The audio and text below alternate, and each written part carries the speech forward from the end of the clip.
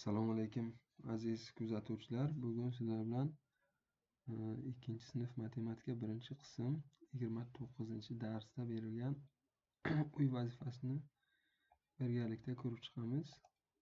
Hop, bu yerda demak masala shartida berilyaptiki, tug'ilgan kun tortini bezash uchun 90 ta tillarang shakar koptokcha ishlatildi deyapti. Demak, mana shu tortni bezash uchun berilgan tortni bezash uchun jami 90 ta rangli o'sha tillarang shakar koptokcha mana shulardan ishlatilibdi. Demak, birinchi qavat, ikkinchi qavat va uchinchi qavatga nechtadan berilganini topamiz. Xo'p, bu yerda aytyapti, ulardan deyapti 45 tasi birinchi qavatga, mana birinchi qavatga 45 tasi ishlatilibdi.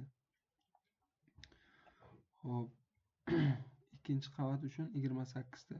Ikkinchi qavat uchun 28 ta ishlatildi deyapti. Endi shu 45 bilan 28 ta ketganda jami 90 ta bo'lsa, uchinchi qavatga nechta ishlatildi yoki nechta kerak deyapti.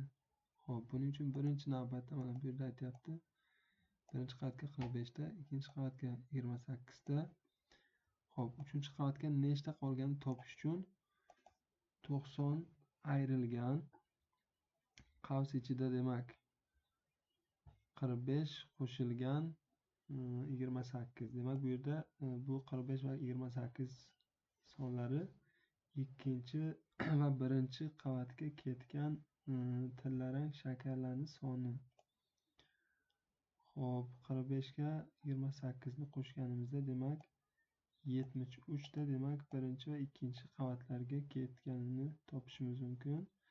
Demak, jami 90 tadan 73 ni ayirganimizda 17 ta demak uchinchi qavatga ketishini topishimiz mumkin.